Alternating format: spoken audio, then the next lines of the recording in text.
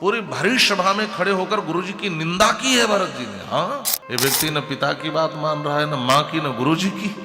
भैया भरत तो माँ के मुंह पर बोल रहे हैं। तुम्हारे मुंह में कीड़े क्यों नहीं पड़ गए? तुम्हारी जिह्वा गलकर गिर क्यों नहीं गई? मुंह पर बोला है, पीठ पीछे नहीं।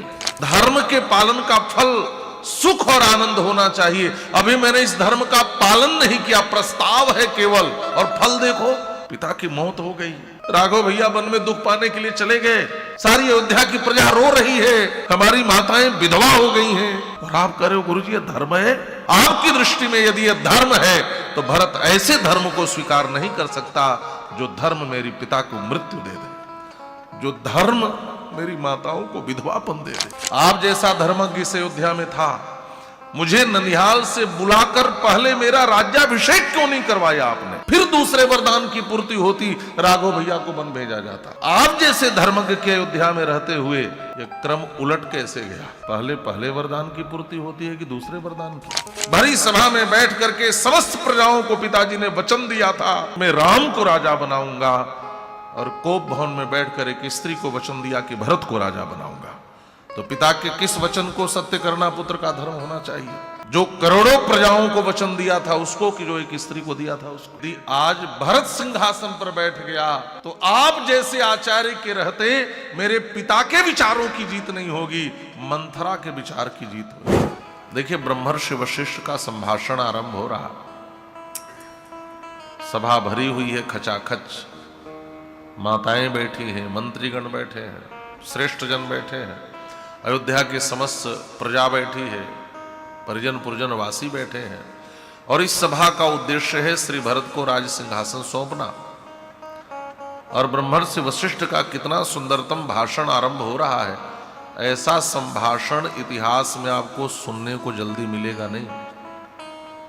ब्रह्मर्षि वशिष्ठ बोल रहे हैं, कोई ऐरा गहरा नत्थु खैरा लल्लू जगधर बुद्धू पंच कल्याणी नहीं बोल रहा है, ब्रह्मर्षि वशिष्ठ बोल रहे हैं। भरत, तुम्हारे पिताजी शोक के योग्य नहीं है, तुम्हारे पिताजी सोचनीय नहीं है, क्योंकि उन्होंने आजीवन धर्म का पालन किया है। सोचनीय वह होता है जो धर्म का पालन नहीं करता। देखो, उन्होंने धर्म का पालन करते हुए सत्य और प्रेम दोनों की रक्षा की है। ध्यान से सुनिए, सत्य और प्रेम दोनों की रक्षा की है। उन्होंने सत्य की रक्षा के लिए प्राण प्रिय पुत्र राम को 14 वर्ष के लिए वन भेज दिया, और उन्होंने प्रेम की रक्षा के लिए पुत्र के वियोग में प्राणों का परित्याग कर दिया।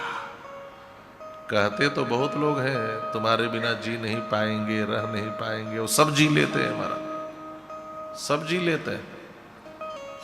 लेकिन महाराज श्री दशरथ ने दिखा दिया संसार को, मेरा सच्चा प्रेम है। यह सच्चा प्रेम सत्य की रक्षा के लिए वचन है ना, वचन दिया था ना, तो इस सत्य की रक्षा के लिए राम को वन जाने दिया,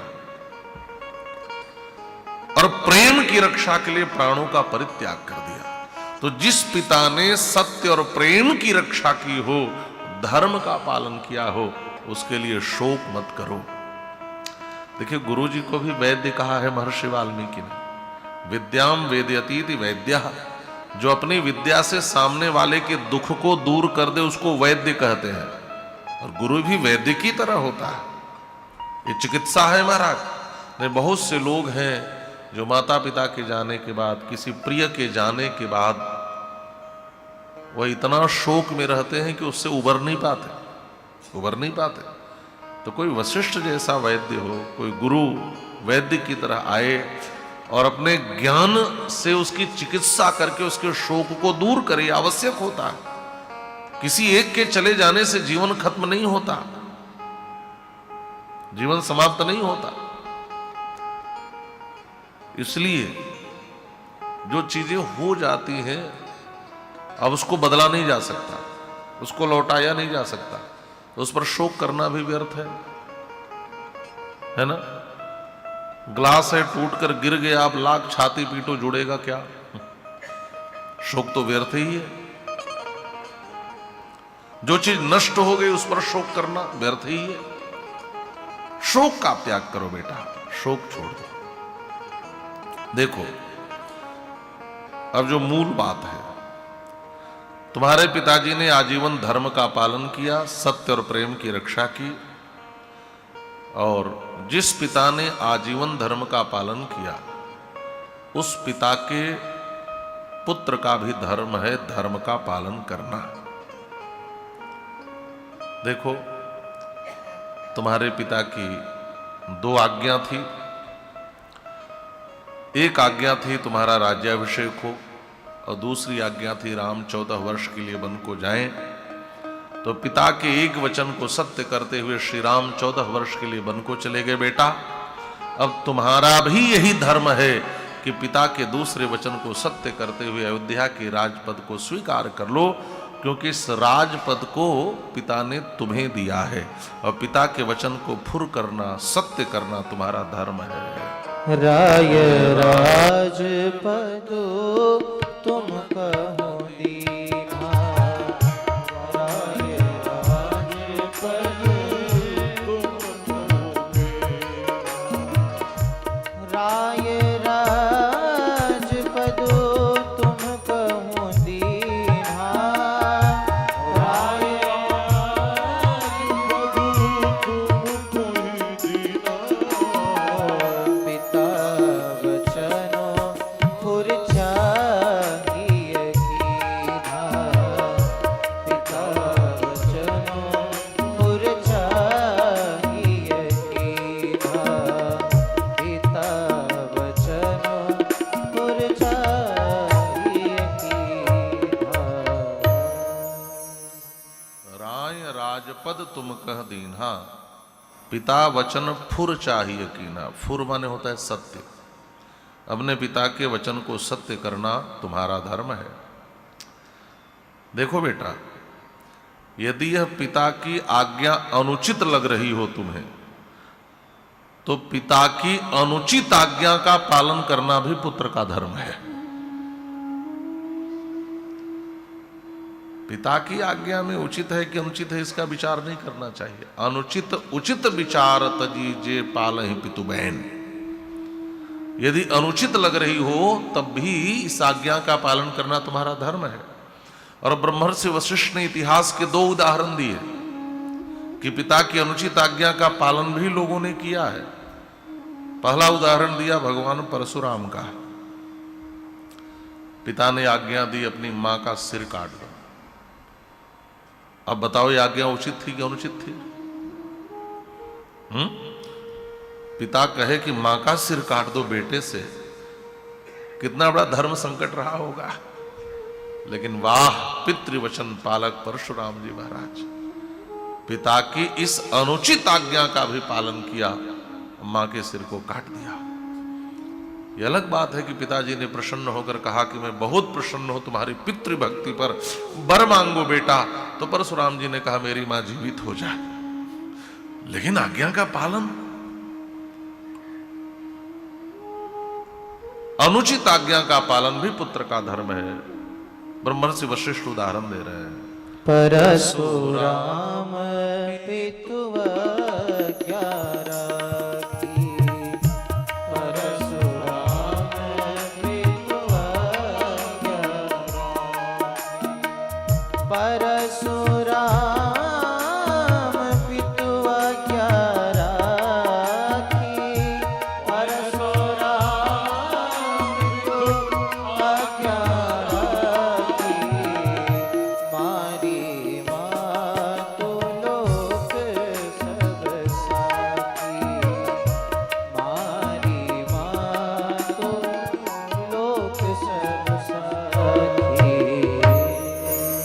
परशुराम पितु आज्ञा राखी, मारी मात लोक सब साखी। बोलिए श्री सीतारामचंद्र भगवान की जय। सोने वाले जाग जाए, है ना? हाँ। अच्छा, कोई मुझसे कह रहा था कि महाराज जी बीच बीच में तबला बजवा दिया करिए। तो मैंने कहा मुझे आज पता चला, मुझे तो पता था कि तबला संगीत में सहयोग के लिए है, आज पता चला कि सोने वालों को जगाने के लिए है ना? तो कहना तो और कुछ चाहता था लेकिन नहीं कहूंगा, है ना। इतना जरूर कहूंगा, जागते रहो। बोलिए श्री सीताराम चंद्र भगवान की जय। परशुराम पितु आज्ञा राखी, मारी मातु लोक सब साखी। अनुचित आज्ञा का भी पालन किया।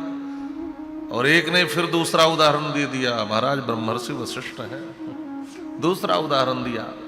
श्रीमद् भागवत के 9वें स्कंद में आपने कथा सुनी होगी राजा ययाति की। 5 बेटे थे, बड़े का नाम यदु था, छोटे का नाम पुरु था। महाराज ययाति ने कहा जो बेटा अपनी जवानी का दान मुझे करेगा मैं उसी को सिंहासन सौंपूंगा। अच्छा, यह उचित आज्ञा है कि अनुचित आज्ञा? अपनी मां से ही भोग भोगने के लिए कोई बेटा अपने बाप को अपनी जवानी का दान कर सकता है? बड़े पुत्र यदु ने नहीं दिया, छोटे बेटे पुरु ने दिया। उस पुरु वंश में आगे चलकर कौरव पांडव हुए और यदु वंश में आगे चलकर श्री कृष्ण आए। जिसने अर्थ के लिए धर्म का त्याग नहीं किया उसके वंश में भगवान कृष्ण आए। पुरु ने जवानी का दान किया, लेकिन पुरु का भी कोई अपयश नहीं हुआ। पुरु को भी किसी ने गलत नहीं कहा। पता है क्यों? क्योंकि यह पिता की आज्ञा थी। बेटा, पिता की अनुचित आज्ञा का पालन करना भी पुत्र का धर्म है। और देखो तो ययाति के तनय ने अपने पिता को जवानी का दान किया था।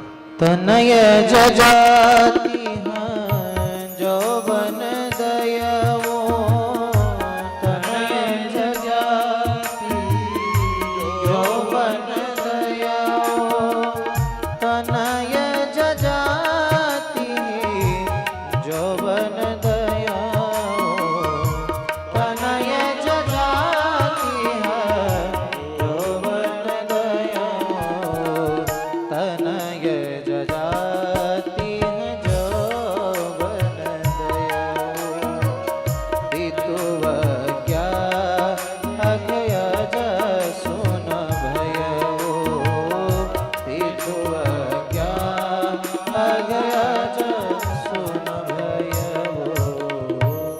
दूसरा इतिहास का उदाहरण दिया, तनय जजाति ने यौवन दयऊ, लेकिन पितु आज्ञा अघ अजसु न भयऊ। पितु की आज्ञा थी इसलिए है तो यह पाप, अघ कहा, लेकिन अजसु न भयऊ, अपयश नहीं हुआ क्योंकि पिता की आज्ञा थी। इसलिए बेटा, अनुचित उचित विचार तजी जे पालहि पितु बैन, ते भाजन सुख सुजस के बसहि अमरपति ऐन। इसलिए पिता की अनुचित आज्ञा का पालन भी पुत्र का धर्म है। यदि आज्ञा अनुचित भी लग रही हो तो उसका पालन करना धर्म है। वेद विदित सम्मत सबही का, जही पितु देई सो पावई टीका। इसलिए बेटा, तुम राज सिंहासन को स्वीकार कर लो। इतना सुपुष्ट भाषण, शास्त्र की दुहाई, धर्म की दुहाई, ऐसा खड़ा किया महाराज ब्रह्मर्षि वशिष्ठ ने कि भरत जी के जगह पर कोई और होता तो कांप गया होता। कहीं से कोई रास्ता नहीं छोड़ा निकलने के लिए। ऐसा घेर दिया कि सिंहासन ग्रहण ही करना पड़ेगा। यही धर्म है तुम्हारा बेटा, यही धर्म है। और जे पितु देई सो पावई टीका, तुम्हारे पिता ने तुम्हें सिंहासन दिया है इसलिए तुम इसके अधिकारी हो। और पिता की आज्ञा का पालन करना पुत्र का धर्म है। श्री राम पिता के वचन को सत्य करते हुए वन को गए हैं, तो तुम भी श्री राम के चरित्र का अनुकरण करो और दूसरी आज्ञा के को सत्य करो। यही तुम्हारा धर्म है। भैया भरत ने कहा, वाह, गुरुजी तो मेरे विचार के विरुद्ध खड़े हैं। क्योंकि भैया श्री भरत राज सिंहासन को ग्रहण करना नहीं चाहते, लेकिन देख लिया कि गुरुजी तो विपक्ष में ही खड़े हैं। ये तो ऐसा धर्म की दुहाई दे दे करके ऐसा संभाषण दिए कि यही धर्म है, इसको ग्रहण करो। तो भैया भरत ने सोचा कि चलो गुरुजी मेरे हृदय को नहीं समझ पा रहे हैं, लेकिन यहां के मंत्रीगण ये शायद मेरे समर्थन में होंगे। तो भैया भरत ने हाथ जोड़ करके मंत्रियों की ओर देखा, मानो यह जानना चाहा कि आपके क्या विचार है। तो अयोध्या के मंत्रियों ने कहा, बेटा अभी ग्रहण कर लो, यदि मन लग जाए तो राजा बने रहना, और यदि सिंहासन पर बैठने का मन बाद में न करे तो सौंपे हूं राज राम के आए। जब 14 वर्ष के बाद श्री राम वापस आ जाएंगे तब उनको सिंहासन सौंप देना। ये मंत्री समझ रहे ना, मिनिस्टर, ये जो मंत्री होते हैं बड़े राजनीतिज्ञ होते हैं, ये सब अच्छे पॉलिटिशियन हैं, और यही भरत को सिखा रहे हैं अभी अवसर है, सत्ता ले लो, अवसरवादी बनो, पता नहीं कल को क्या होगा, अभी तो राजा बन ही जाओ, बाद में जो होगा देखा जाएगा। और सुनो, मन लगे तो बने रहना, न मन लगे तो सौंप देना, लेकिन अभी ग्रहण कर लो। भैया भरत ने कहा, वाह, अयोध्या के मंत्री हमें राजनीति सिखा रहे हैं। तो गुरुजी भी विपक्ष में, मंत्री भी विपक्ष में, और कोई मुझे समझे या न समझे, लेकिन मां कौशल्या मुझे समझती है, ये मेरे समर्थन में खड़ी हो जाएंगी। तो भैया भरत ने हाथ जोड़कर मैया की ओर देखा, मां आप क्या कहती हो, अब बड़ी सभा में बोलना है। मैया खड़ी हो गई, कौशल्या धरि धीरज कहई, पूत पथ्य गुरु आयसु आई। बेटा जो गुरुजी कह रहे हैं वही तुम्हारे लिए पथ्य है, मतलब गुरुजी की आज्ञा मान लो, यही तुम्हारे लिए पथ्य है। भैया भरत ने कहा, वाह मैया वाह, आप अभी गुरुजी के समर्थन में, इसका मतलब मेरे समर्थन में यहां पर कोई खड़ा नहीं है, सब गुरुजी के ही पक्ष में खड़े हैं, क्योंकि सभा ही बुलाई गई है भरत को सिंहासन पर बिठाने के लिए। वाल्मीकि रामायण में तो भैया भरत खड़े होकर भरी सभा में रो पड़े। तच्छ्रुत्वा भरतो वाक्यम शोके नाभि परिप्लुतः जगाम मनसा रामम। मन ही मन राम जी के शरण में गए। वो कहते हैं, राघव भैया आज इस पूरी अयोध्या की सभा में मेरे पक्ष में कोई खड़ा नहीं है, आप कृपा करो, आप मुझे बल दो। क्यों? क्योंकि मुझे गुरु के वचनों का प्रतिकार करना है। जिस गुरु ने मेरी अंगुली पकड़कर मुझे लिखने सिखाया, जिस गुरु ने खड़े होकर क्लास में श्याम पट्ट पर मुझे अक्षर ज्ञान कराया, आज उस गुरु जी के बातों का खंडन मुझे करना है, यह साधारण नहीं है, यह आसान नहीं है, इसलिए मुझे बल दो। मन ही मन राम जी के शरण में गए। धर्मज्ञो धर्मकांक्षया। महर्षि वाल्मीकि लिखते हैं कि भैया भरत धर्मज्ञ हैं और धर्म की आकांक्षा को लेकर राम जी के शरणापन्न हुए। भरी सभा में पहले तो रो पड़े। हाँ महाराज, ऐसा होता है, हृदय में अगाध प्रेम हो और आपके प्रेम को कोई समझे ना तो रोना आता है।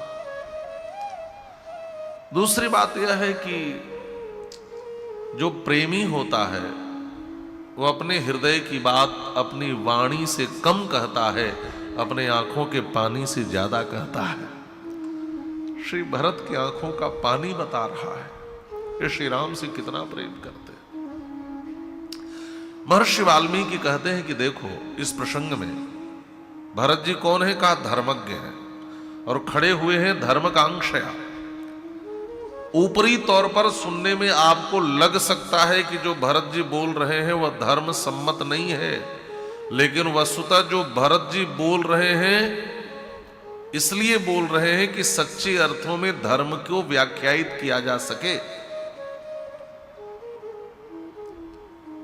धर्म के 4 भेद होते हैं, श्रीमद् भागवत में स्पष्ट है। धर्म, अधर्म, धर्माभास और धर्मसार। धर्म और अधर्म से तो आप परिचित हैं। 2 शब्द और हैं, धर्माभास और धर्मसार। धर्माभास कहते हैं जब अधर्म हमारे जीवन में धर्म के रूप में भाषित होता है अधर्म, लेकिन लगता है कि यह धर्म है, उसको धर्माभास कहते हैं। और धर्म के सार को धर्मसार कहते हैं। तो भैया भरत कहते हैं कि गुरुजी जो कह रहे हैं कि भरत सिंहासन ग्रहण करो, यह धर्माभास है, धर्म नहीं है। यह आभाषित हो रहा है कि धर्म है मेरा सिंहासन ग्रहण करना, वस्तुतः यह अधर्म है और हमें धर्माभास का खंडन करके धर्म की प्रतिष्ठा करनी है। तो आगे जो भैया भरत बोलेंगे उसको सुनकर आपको लगेगा कि भरत जी से बढ़कर तो कोई अधार्मिक है ही नहीं, लेकिन सच्ची बात है कि सच्चे अर्थों में श्री भरत ही धर्मज्ञ हैं, धर्म के तत्व को जानने वाले हैं। कैसे, अब आप समझेंगे। मैं आपसे जो पूछूंगा, अच्छा आप बताओ, पिता की आज्ञा का पालन करना धर्म है कि अधर्म? धर्म है। जब कथा तो आप लोगों ने पहले भी सुनी होगी, श्री राम कथा। भरत जी ने पिता की आज्ञा का पालन किया, बोलो, तो लगेगा कि नहीं कि भरत जी बड़े अधार्मिक हैं। अच्छा, मां की आज्ञा का पालन किया? मां को तो जितना कहा है, आप लोग सुबह सुन रहे थे, दुनिया के किसी साहित्य में किसी बेटे ने अपने मां को इतना नहीं कहा होगा, इतना परुष वाक्य, इतना कठोर वचन, इतने मर्मभेदी शब्द, क्या क्या नहीं कहा। पापनी कहा, पति घातनी कहा, सब कुछ कहा, कुछ छोड़ा नहीं। तो मां की आज्ञा का पालन धर्म है, लेकिन भरत जी ने नहीं। अच्छा, गुरु की आज्ञा का पालन, ये भी धर्म है। भरत जी ने गुरु जी की बात मानी क्या?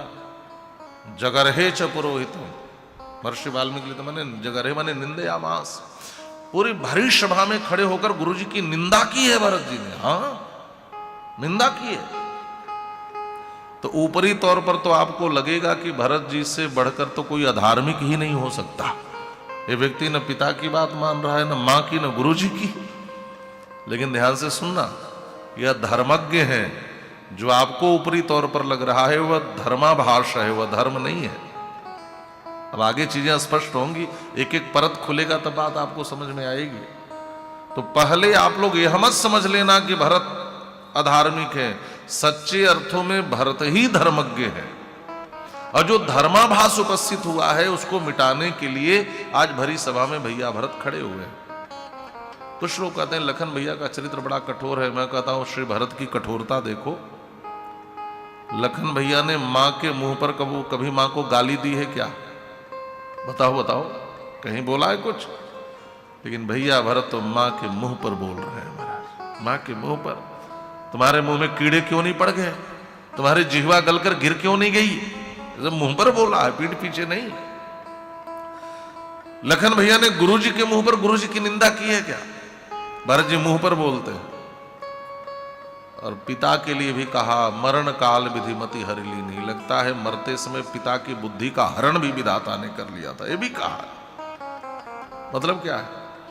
का देखो, प्रेमी का हृदय बहुत कोमल होता है, बहुत कोमल, लेकिन उसके प्रेमास्पद पर विपत्ति आ जाए तो उससे कठोर कोई हो नहीं सकता।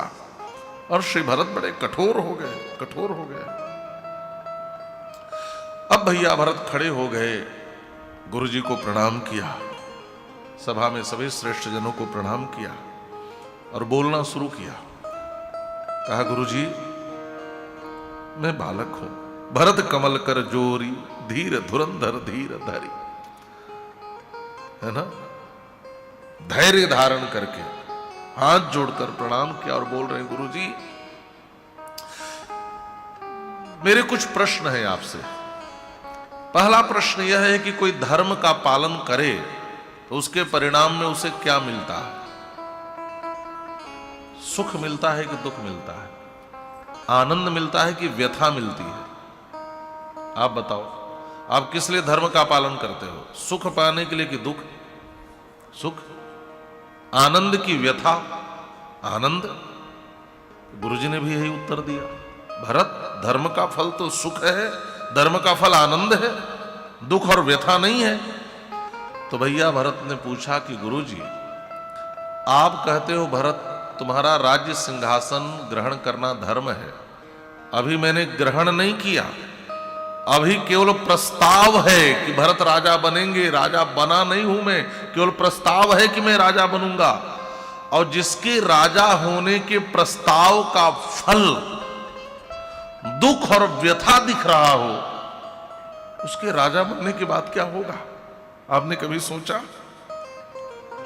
धर्म के पालन का फल सुख और आनंद होना चाहिए। अभी मैंने इस धर्म का पालन नहीं किया, प्रस्ताव है केवल, और फल देखो, पिता की मौत हो गई।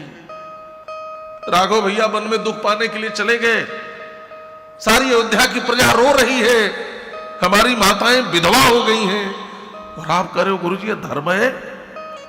आपकी दृष्टि में यदि यह धर्म है तो भरत ऐसे धर्म को स्वीकार नहीं कर सकता जो धर्म मेरी पिता को मृत्यु दे दे, जो धर्म मेरी माताओं को विधवापन दे दे, जो धर्म मेरे राघव भैया को 14 वर्ष के लिए वन में भेज दे दुख पाने के लिए, जो धर्म अयोध्या की प्रजाओं के जीवन में दुख का सृजन कर दे, भरत ऐसे धर्म को स्वीकार नहीं कर सकता। यदि आपकी दृष्टि में यह धर्म है तो भरत इस धर्म को स्वीकार नहीं करेगा। गुरुजी भरी सभा में उत्तर दिया, गुरुजी मेरा दूसरा प्रश्न है कि मेरी मां ने पहला वरदान क्या मांगा था, आप बताओ। चौपाई याद है?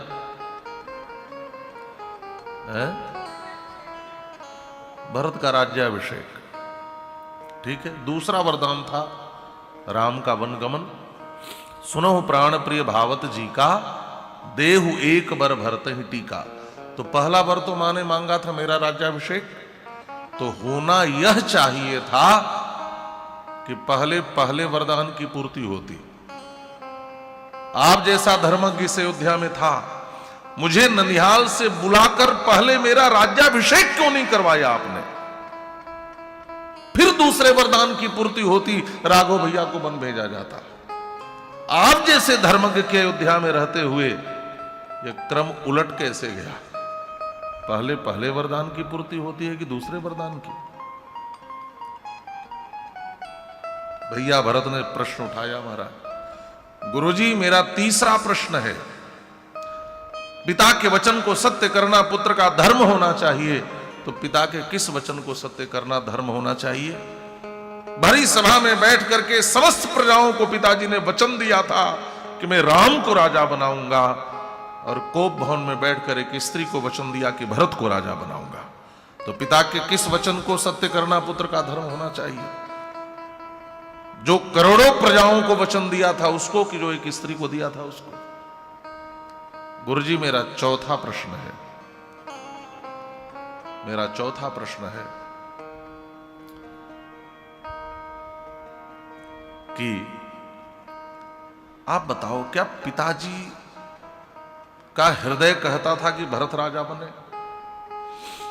कहा नहीं भरत, उनका तो हृदय कहता था मेरा राम राजा बने। तो भरत राजा बने यह विचार किसका था? यह पहली बार बात किसके मन में आई थी कि अयोध्या का राजा भरत को बनना चाहिए? गुरुजी से पहले प्रजा बोल पड़ी, यह विचार तो मंथरा का है। भैया भरत ने कहा, गुरुजी यदि आज भरत सिंहासन पर बैठ गया तो आप जैसे आचार्य के रहते मेरे पिता के विचारों की जीत नहीं होगी, मंथरा के विचार की जीत हो जाएगी। यह धर्म होना चाहिए। मेरे पिता का हृदय चाहता था राम राजा बने, और एक मंथरा चाहती है भरत राजा बने। किसके विचारों की जीत होनी चाहिए? गुरुजी आप कहते हो पिता की अनुचित आज्ञा का पालन करना भी धर्म है, तो मैं यह पूछ रहा हूं गुरुजी कि परशुराम जी के पिताजी ने उनको जब आज्ञा दी थी तो चाहते थे कि नहीं कि मेरा बेटा मां का गला काट दे? क्या वो चाहते थे? ययाति ने जब आज्ञा दी थी तो वह चाहते थे कि नहीं कि अपनी जवानी का दान बेटा मुझे कर दे? कहा चाहते थे। तो क्या मेरे पिताजी भी जब वरदान दे रहे थे तो चाहते थे कि भरत राजा बने? कहा नहीं, वो तो चाहते थे राम राजा बने। बस यही समझना है गुरुदेव।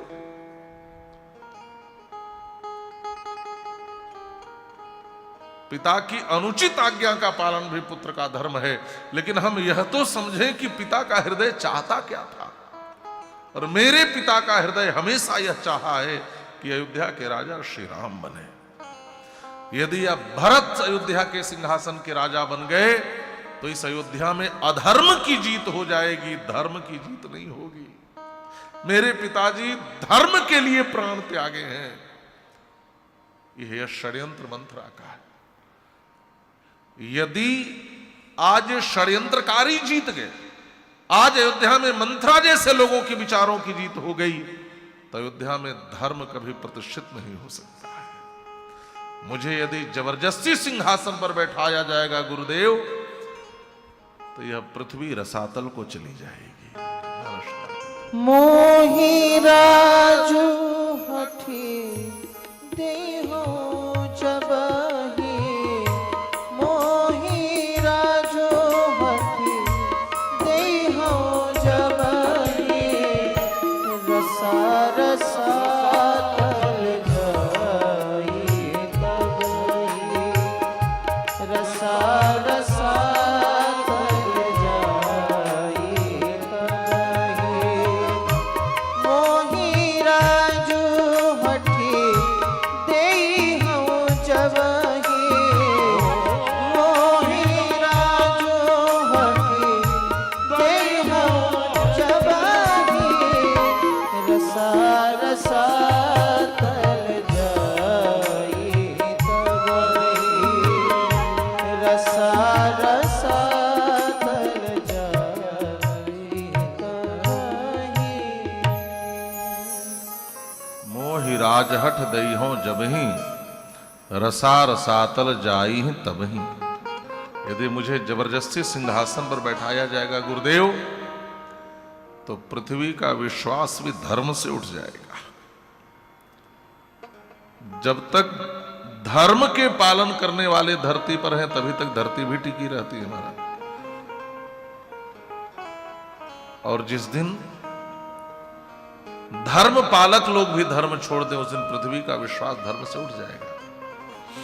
किसी ने कहा, श्री भरत, बड़े बड़े दुष्ट राजा सिंहासन पर बैठे, बड़े बड़े अधार्मिक बैठे, और पृथ्वी रसातल को नहीं गई। आप जैसा धर्मज्ञ, आप जैसा प्रेमी, आप जैसा महात्मा सिंहासन पर बैठे, तो धरती रसातल को क्यों चली जाएगी? भैया भरत ने कहा, कोई अधार्मिक अधर्म करे, कोई दुष्ट दुष्टता करे, तो पृथ्वी को उतनी पीड़ा नहीं होती, लेकिन कोई महात्मा, कोई प्रेमी, कोई धार्मिक व्यक्ति भी वही कर्म करे जो दुष्ट किया करते हैं, तो पृथ्वी का विश्वास धर्म से उठ जाएगा और यह रसा रसातल को चली जाएगी। भैया भरत ने मंत्रियों की ओर देखा और इनका भी उत्तर दिया, छोड़ा नहीं किसी को। महाराज, बाहर अयोध्या के मंत्रियों, वाह, श्री भरत को राजनीति सिखा रहे हो और धर्म सिखा रहे हो। एक बात बताओ मंत्रियों, भरत राम का सेवक है, ये तो जानते हो, तो मुझे एक बात बता दो कि सेवक का धर्म क्या होना चाहिए? स्वामी का जूठन ग्रहण करना कि अपना जूठा स्वामी को अर्पित करना? स्वामी के जूठन को ग्रहण करना, न कि अपना जूठा स्वामी को देना। और तुम यह धर्म सिखा रहे हो कि मैं सिंहासन पर बैठ जाऊं और सिंहासन को जूठा कर दूं, और जब मेरे स्वामी श्री राम लौट करके आए तो मैं अपना जूठन सिंहासन अपने आराध्य, अपने स्वामी को दूं? यह धर्म सिखा रहे हो? सभा में सन्नाटा छा गया। महाराज, यह राजनीति सिखा रहे हो? यह भरत का धर्म होगा? फिर अंत में मां कौशल्या की ओर मुड़े, मैया आप तो मां है मेरी, बिना रोग जाने आपने दवा बता दिया। पथ्य, पथ्य तो आप समझते हैं ना, जो आयुर्वेद से परिचित है, औषधि के साथ उसमें कुछ पथ्य लिए जाते हैं। और मैया ने यही कहा कि गुरु की आज्ञा ही पथ्य है बेटा। तो मां, मेरे रोग को जाना नहीं गया और मुझे पथ्य दिया जाने लगा। ग्रह ग्रहीत पुनि बात बस, तेहि पुनि बीछी मार, और तेई पियाई है बारुणी कहु काह उपचार। मां, किसी व्यक्ति का ग्रह खराब हो और वात नाम का रोग हो जाए, और उसी को मदिरा पिलाकर कोई कहे कि तुम्हारा इलाज किया जा रहा है, तो उसका इलाज है ये? उसकी दवा की जा रही है? अयोध्या का ग्रह खराब चल रहा है। अच्छा, अयोध्या का ग्रह कौन है? गोस्वामी जी कहते हैं मंथरा ही अयोध्या की 7.5 है। अवध 7.5 तब बोली, ये मंथरा ही 7.5 है शनि की, ये मंथरा ही है। और वात नाम का रोग क्या है? मेरी मां कैकेयी के हृदय में राज सत्ता की जो कामना आई है ना, यही वात नामक रोग है। गोस्वामी तुलसीदास जी ने उत्तरकांड में मानस रोगों के वर्णन में काम को वात कहा है। काम वात कफ लोभ अपारा, जो हमारे हृदय की कामना है यही वात नाम का रोग है। तो एक तो मंथरा 7.5 एक ग्रह चल ही रही थी, दूसरे मेरी मां के हृदय में जो राज सत्ता की कामना ही वात नामक रोग, और मुझे सिंहासन सौंप कर राजा के पद पर बिठाकर मद की मदिरा पिला करके कहा जा रहा है भरत तुम्हारा इलाज हो रहा है। तो भैया ये भरत का इलाज नहीं है। किसी का ग्रह खराब हो, वात नामक रोग हो जाए, गोस्वामी जी एक और बात कहते हैं, उसी को बिच्छू का डंक भी मार दे। नगर व्यापी गई बात सुतीछी, छोत चढ़ी जनु सब तन बीछी, फिर उसको मदिरा पिलाओ। तो गुरुजी ने पूछा, भरत तुम क्या चाहते हो बेटा? तुम अपनी बात बताओ, तुम क्या चाहते? भैया भरत ने कहा, मैं तो यह चाहता हूं जो सूर्य वंश की परंपरा है गुरुजी उसका पालन हो, मेरे पिता का हृदय जो चाहता था उसका पालन हो, जो धर्म सम्मत हो उसका पालन हो। यह दिनकर कुल रीति सुहाई, जेठ स्वामी सेवक लघु भाई, ये परंपरा है सूर्य वंश की। जेहि पितु देई सो पावई टीका, ये आपने नई व्याख्या कर दी है कि बाप जिसको दे दे वह राजा बन जाए, नहीं। जो धर्मानुकूल हो वह राजा बने, जो धर्म सम्मत हो वह राजा बने। और सूर्य वंश की परंपरा है जेठ स्वामी सेवक लघु भाई, हम इस परंपरा का अनुपालन करेंगे। मैं तो यह चाहता हूं कि हम सब चले चित्रकूट, राघव भैया को मनाकर वापस लाए। मेरा हृदय यह कहता है। और मैं तो यह चाहता हूं कि हम सिंहासन लेकर चित्रकूट चलें, वहीं पर सिंहासन पर बिठाकर अभिषेक करें। सिंहासन लेकर कहा, जिसको जिसकी जरूरत होती है उसको वहां चलकर उसके पास जाना चाहिए। राघव भैया को अयोध्या के सिंहासन की आवश्यकता नहीं है, लेकिन अयोध्या के सिंहासन को राम जैसे राजा की आवश्यकता है। इसलिए जिसको जिसकी जरूरत होती है उसको वहां जाना चाहिए। प्यासा ही कुएं के पास जाता है, कुआं चल करके नहीं आता। सिंहासन को राम जैसे राजा की जरूरत है, इसलिए मैं तो यह अच्छा, इतना कहते ही महाराज जितने अयोध्या वासी थे सब खड़े हो गए। हरसान मूच रसोणी रामे निहित चेतसा, आए थे सब गुरुजी के बुलाने पर, आए थे सब गुरुजी का समर्थन करने। लेकिन श्री भरत की बात सुनने के बाद एक ने भी, किसी ने वशिष्ठ जी के पक्ष में समर्थन नहीं किया। सब भरत जी के पक्ष में खड़े हो गए, सबकी आंखों में खुशी के आंसू आ गए और सबने एक ही बात कही, भैया ठीक कहते हो, हम सब चलने को तैयार हैं, हम सब चलने को तैयार हैं। क्यों? क्योंकि रामे निहित चेतसा, बैठे अयोध्या में हैं लेकिन सबका मन, सबकी बुद्धि, सबका चित्त तो राम में लगा हुआ है। और श्री भरत ने जब राम की बात की तो चारों तरफ हर्ष गूंज उठा महाराज, सबने श्री भरत का समर्थन किया। तो गुरुजी ने धीरे से कहा, भरत मैं भी तुम्हारे ही साथ हूं, मैं भी चलूंगा, मैं भी मनाने के लिए चलूंगा। किसी ने भैया भरत से पूछा, भैया एक बात बताओ, आपको लगता है कि आप मनाकर वापस ले आओगे? आपको लगता है? भैया भरत ने कहा कि देखो, आना ना आना तो स्वामी के ऊपर है, दावा नहीं है मेरा, लेकिन हम विनती तो कर सकते हैं ना। जिसका अधिकार है सिंहासन पर, उसने तो एक बार भी नहीं कहा है मुझे। ये जितने हमें सिंहासन सौंपने वाले हैं, यह कोई सिंहासन पर अधिकार रखने वाला नहीं है, ये तो सूचना देने वाले लोग हैं। सच्चे उत्तराधिकारी तो राघव ही आई सिंहासन के हैं। मैं जाऊंगा अपनी दीनता निवेदित करूंगा, अपनी प्रार्थना उनके चरणों में निवेदित करूंगा। आना ना आना तो उनके ऊपर है। हाँ, मैं सेवक हूं, हठाग्रह नहीं कर सकता, दुराग्रह नहीं कर सकता, लेकिन मैं प्रेमाग्रह तो कर ही सकता हूं। मैं प्रेमाग्रह करने जाऊंगा, और इसलिए भी जाऊंगा कि मेरे हृदय के भीतर एक आग जल रही है।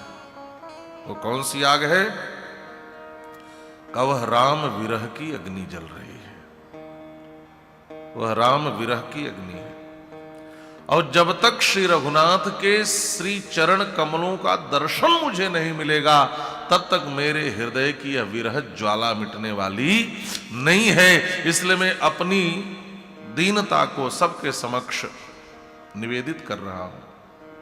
भैया भरत कह रहे हैं, आपनी दारुण दीनता कहूँ सबहि सिरुनाई, देखे बिनु रघुनाथ पद जिय के जरनि न जाय, जिय के जरनि न जाय। आपन दारुण दीनता कहूं सबहि सिरुनाय, देखे विनु रघुनाथ पद जिय कै जरनि न जाय। जो हृदय में विरह की ज्वाला जल रही है, विरह ज्वाला आप समझ रहे हैं ना, वियोग की आग, मेरा हृदय जल रहा है। अच्छा, आज तो पूरी दुनिया में आग लगी है। ऐसा कौन है जिसके हृदय में जलन न हो रही हो? सबका हृदय जल रहा है। किसी का हृदय जल रहा है धन पाने के लिए, किसी की संपत्ति, विद्या, बहुत कुछ पाने के लिए, यश, कीर्ति, वैभव। लेकिन धन्य है वह आग जिसके हृदय में राम जी के चरणों के दर्शन की आग लगी हुई हो महाराज। उसकी आग वंदनीय आग है। जिसके हृदय में राम से मिलने की आग जल रही हो, वह आग सराहनीय आग है, वो सराहनीय, वह वंदनीय आग है। देखे बिन रघुनाथ पद जिय कै जरन न जाए। जब तक मैं राम जी के श्री चरणों का दर्शन नहीं कर लेता, तब तक हृदय में जल रही विरह ज्वाला शांत नहीं होगी। तैयारियां होने लगी, सब तैयार हुए, सब। बहुत दिनों के बाद आज अयोध्या में चहल पहल दिखाई दे रही है। बहुत दिनों के बाद सरयू की धारा कल कल कल कल करके बहने लगी। बहुत दिनों के बाद अयोध्यावासी घर से बाहर दौड़ रहे हैं। बहुत दिनों के बाद लोगों ने स्नान किया। बहुत दिनों के बाद भोजन में रुचि हुई। बहुत दिनों के बाद एक दूसरे से लोग बातचीत कर रहे हैं। बहुत दिनों के बाद आज अयोध्या में खुशियां देखी जा रही हैं। बस चारों तरफ से एक ही आवाज आ रही है, जल्दी करो, जल्दी करो, कहीं छूट मत जाना, कहीं रह मत जाना। घर में कोई कह रहा है, देखो घर में कुछ सामान है, यहां कौन रहेगा देखने के लिए। लोग कहते हैं छोड़ दो, हम तो नहीं रहने वाले। अब कुछ लोगों को तो छोड़ना ही पड़ेगा। भैया भरत ने अयोध्या की राज संपत्ति की रखवाली के लिए जिसको वहां पे रखा, उसको लगा के कुल्हाड़ी मेरे ही गर्दन पे चला दी गई। काश मैं भी रघुनाथ का दर्शन करने जाता, लेकिन कुछ कर्तव्य है, कुछ जिम्मेदारियां हैं। जिसको भैया भरत जो आज्ञा देते उसका पालन कर रहा। यहां तो नहीं लिखा, लेकिन महर्षि वाल्मीकि ने लिखा है कि सबसे आगे चलने के लिए कौन तैयार है। सबसे आगे आधी रात को ही रथ में आकर कौन बैठ गया। आपको भी आश्चर्य होगा सुनकर। सबसे पहले राम तक कौन पहुंचकर उनको मनाकर लौटाकर लाना चाहता है।